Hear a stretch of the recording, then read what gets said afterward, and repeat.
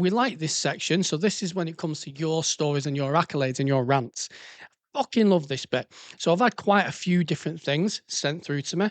So let me just quickly pop onto my Instagram. It would be much more prepared of me if I had them all ready to go. But you know what? Like my missus will tell you, I am the most least organized person in the world. So let's have a go. So there's quite a few different ones here. Fucking hell. So someone sent this in, okay? So an officer sent this in, and the pictures. I'll share them to my Patreon, so you can join my Patreon. You actually get a free trial too. So if you want to see the pictures of this poor officer's hand, well, more importantly, thumb, then by all means, fucking at your own discretion. So this officer said, then he said, "Here's one for the podcast, Jay. Backed up a single crew going to a drugged up male, essentially smashing his way through the caller's house with his bare hands. Bit me during the arrest. Shit. The whole thumb was in his mouth. I genuinely thought he was going to bite my thumb clean off." And then he goes, typing his crap, blame the fucked up thumb. And I agree. And the officer sent me a voice note basically saying that the suspect was on monkey dust. And I've heard of monkey dust. I've never had to deal with anyone who's on monkey dust, but apparently it's an emerging issue and it's like completely synthetic and the fucking people are absolutely off the box when they're on it. According like this officer said, he was trying to basically tear open this building with his bare hands because clearly they couldn't feel it.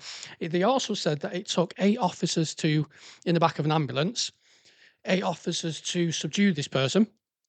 They were on, I believe, life support for 3 days. So it's obviously some kind of ABD, acute behavioural disorder as well, isn't it? Or delirium, depending how you're being taught at the moment. So there's clearly ABD there. I believe it was 2 taser deployments as well. So this person got shot twice with tasers. They still didn't take him down. And this is the shit what people don't hear about, isn't it? Like officers going out, getting biting someone's minging.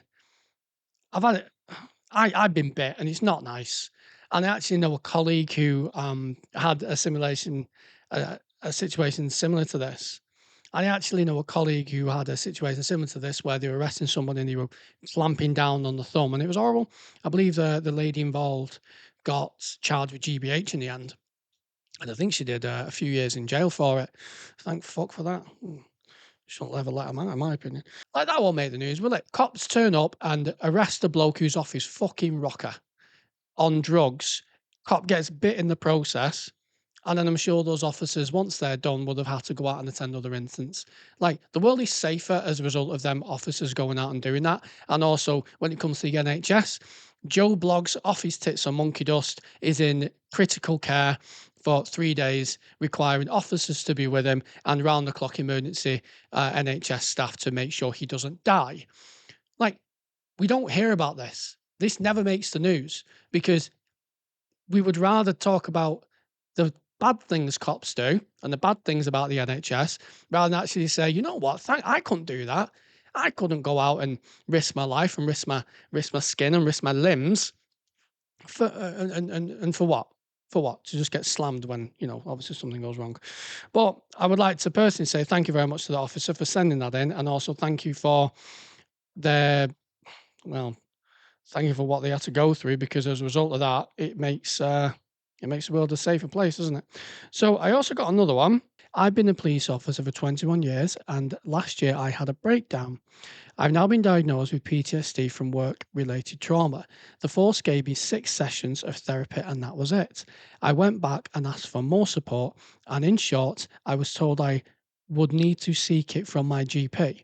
As you can imagine, I've not done that due to delays in being seen or ever being spoken to. I have now made contact with Police Care UK, who have been absolutely amazing, and they are funding me 12 one-to-one sessions with a therapist. What I'm trying to say is, as much as forces say they care for officers, they don't, and I'm a prime example of that. Men need to talk. I'm a huge advocate of that, and I always make sure I'm there for my colleagues, as the organisation isn't. Love your reels on Insta. Thank you. No, thank you very much for sending that in. When it comes to mental health in the police, I mean, I had counselling for one reason or another, and I had 6 sessions, and you know what? That was fine for me. That worked fine. I'd never had counselling before, and it was very fucking needed. So I had counselling, and that was okay. But to give you a certain amount of counselling and then to turn around and go, you need to go and speak to your GP, which, God, to get on a waiting list for the NHS for counselling, you're looking about 2 years, 18 months to 2 years before you even get your first appointment. By that time, if someone's really, really struggling, then that's a hell of a long time to sit in abject despair.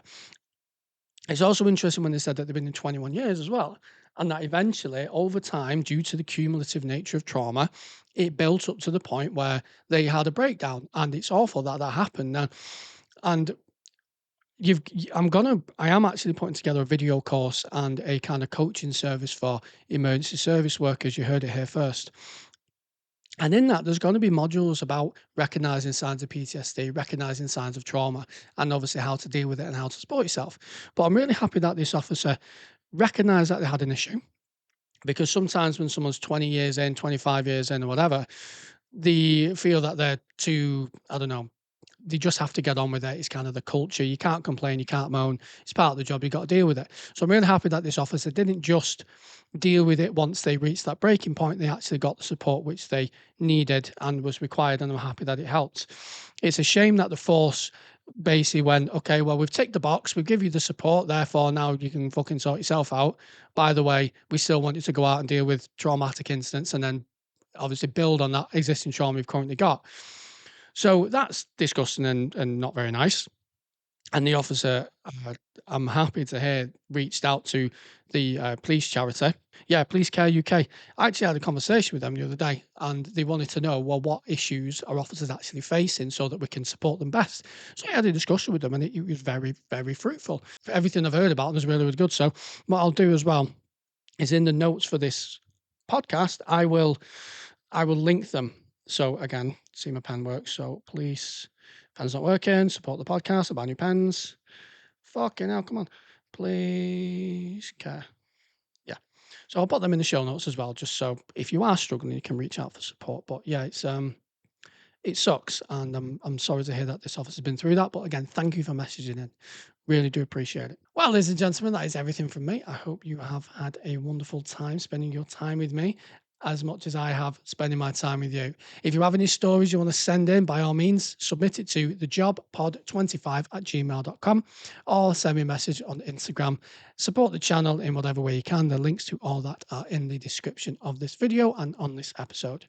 Until next time, take care. See you later.